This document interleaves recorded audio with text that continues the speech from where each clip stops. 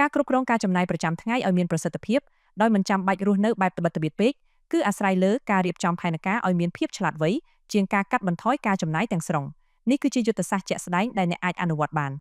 1. ប្រើរូបមន្តចែកកញ្ចប់ថវិកា budgeting rule ជំនួសឲ្យការឈប់ទិញអ្វីៗគ្រប់យ៉ាងសូមប្រើរូបមន្ត50-30-30-2000ដើម្បីឲ្យអ្នកដឹងថាខ្លួនឯងមានសិទ្ធិចំណាយប៉ុន្មាន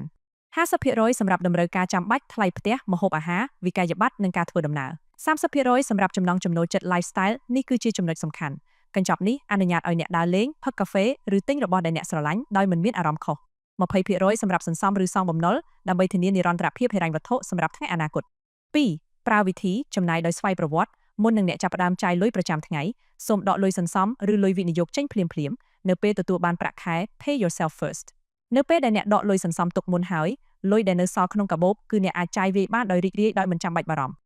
3. បែងចែករវាងការចំណាយប្រចាំថ្ងៃនិងការវិនិយោគលើសុភមង្គលកុំព្យាយាមកាត់បន្ថយការចំណាយដែលនាំមកនូវតម្លៃផ្លូវចិត្តខ្ពស់ឧទាហរណ៍ប្រសិនបើការញ៉ាំកាហ្វេក្រៅផ្ទះជារៀងរាល់ថ្ងៃធ្វើឲ្យអ្នកមានអារម្មណ៍ស្រស់ស្រាយនិងមានកម្លាំងធ្វើការល្អនោះចូលរក្សាវាក្នុងកញ្ចប់ 30% របស់អ្នកផ្ទុយទៅវិញចូលលុបចោលការចំណាយដែលអ្នកមិនបានចាប់អារម្មណ៍ឬមិនបានប្រើប្រាស់ឧទាហរណ៍សមាជិកភាពកម្មវិធីដែលមិនសូវបានមើលឬការទិញអាហារមកទុកច្រើនពេករហូតខូចចោល 4. កត់ត្រាចំណាយតាមវិធីងាយៗអ្នកមិនចាំបាច់កត់ត្រាគ្រប់កាក់គ្រប់សេននោះទេប្រសិនបើវារំខានពេកអ្នកអាចប្រើកម្មវិធីទូរស័ព្ទកត់ត្រាត្រួសៗនៅពេលទូទាត់លុយតាម QR code ឬកាតការពិនិត្យប្រចាំសប្តាហ៍គ្រាន់តែឆ្លៀតពេល10នាទីនៅចុងសប្តាហ៍ដើម្បីមើលថាតើអ្នកបានចាយលើអ្វីខ្លះហើយតើវាស្ថិតក្នុងផែនការដែរឬទេ 5. ជ្រើសរើសទិញរបស់ដែលមានគុណភាព by quality not quantity ការទិញរបស់ថោកៗដែលឆាប់ខូចនឹងធ្វើឲ្យអ្នកត្រូវទិញដដែលៗដែលជាហេតុនាំឲ្យអស់លុយច្រើនជាងការទិញរបស់ដែលមានគុណភាពល្អតែម្ដងគត់